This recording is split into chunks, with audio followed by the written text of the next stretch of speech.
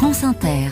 Il est 5h13, le 5-7, un rendez-vous quotidien spécifique consacré à la mer. Ce sont vos chroniques littorales. José-Manuel Lamarque, bonjour. Bonjour Mathilde Minot. Aujourd'hui, il est question d'archéologie sous-marine. Anne Oyo-Berry est avec nous ce matin.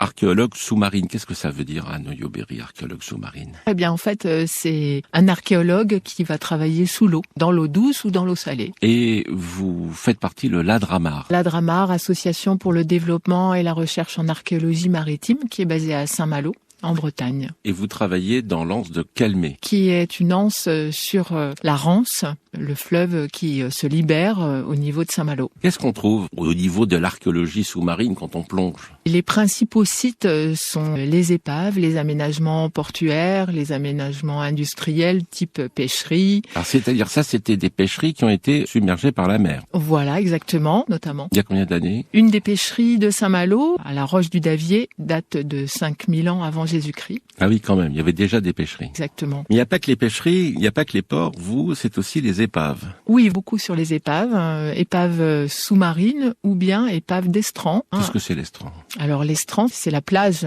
Dans l'anse de Calmé, que trouve-t-on comme épave? Dans l'anse de Calmé, on trouve bateaux de pêche en majorité, mais également plaisance et aussi des vedettes à passagers qui faisaient le transfert de Saint-Malo vers Dinard ou de Saint-Malo vers Dinan. Des bateaux qui sont abandonnés, on dit sur la grève, qui finissent leur vie remontés suffisamment haut pour ne pas subir la marée haute, c'est-à-dire ne pas repartir avec la marée. Ils sont hauts sur la grève et ils restent là, ils finissent leur vie là. Il n'y a pas que l'archéologie sous-marine. Ces épaves que l'on voit à l'anse de Calmé, eh bien vous les avez animées. Et vous les avez animées grâce à Valentine Passemard, la fondatrice de Muser, qui est avec nous.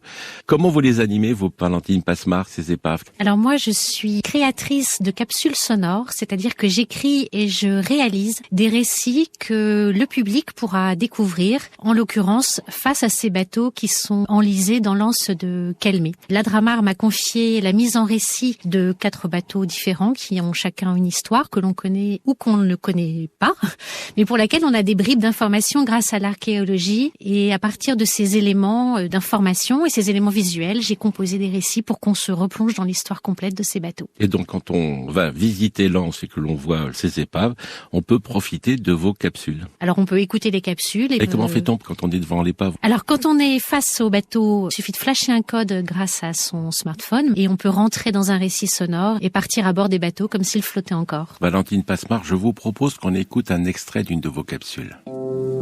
Ce n'est plus qu'une épave, l'ombre de lui-même. On dit ça des hommes déracinés qui ont tout perdu. On dit ça, pauvre épave. Voilà, un extrait d'une capsule intitulée « Mémoires échouées ». Pour vous, Anne Oyo-Berry, c'est une aventure parce que ces bateaux, qui sont des épaves, vous les faites revivre. Exactement, c'est tout l'intérêt de ce processus. Ces bateaux reprennent tout leur caractère patrimonial et tout leur intérêt archéologique et historique.